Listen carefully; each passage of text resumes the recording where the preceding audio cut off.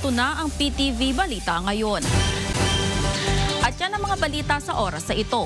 Para sa iba pang update, i-follow at like kami sa aming social media sites at sa PTV PH. Ako si Vel Custodio para sa Pambansang TV sa Bagong Pilipinas.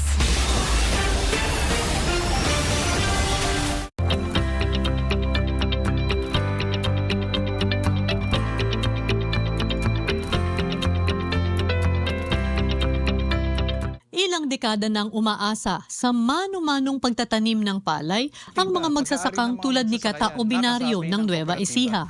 Mababa ang kanilang kita dahil sa taas ng production cost, dulot ng pag-aararo gamit ang kalabaw at pagpapatuyo ng palay sa pagbibilad sa kalsada.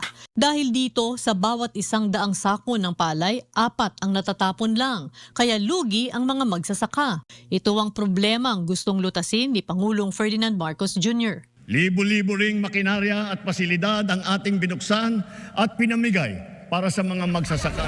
Last week, dinayo ng Pangulo ang Gimba Nueva Ecija para inspeksyonin ang Rice Processing System o RPS, ang modernong pasilidad para sa pagpapatuyo at paggiling ng palay. Pero para pampabilisan, kailangan ito mechanization ang ginagawa natin. Dagdag pa ni Agriculture Secretary Francisco Tio Laurel Jr. Pagbibilad ng sakalye, maraming losses dyan Tsaka maraming mapangit yung quality.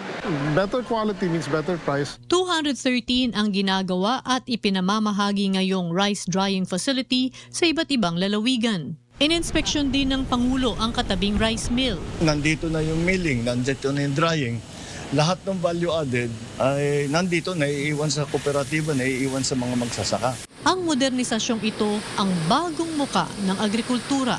Yung mga nagsasaka nakangiti at ibig sabihin na maayos ang kanilang hanapbuhay. Sila ang nagpapakain sa buong Pilipinas, kaya alalahanin natin lagi ang kanilang kalagayan.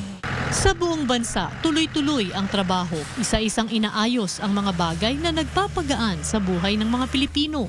Ito ang bagong kwento ng agrikultura, ang pagtatanim ng pagbabago at ang pag-ani ng pag-asa. This is your People's Television.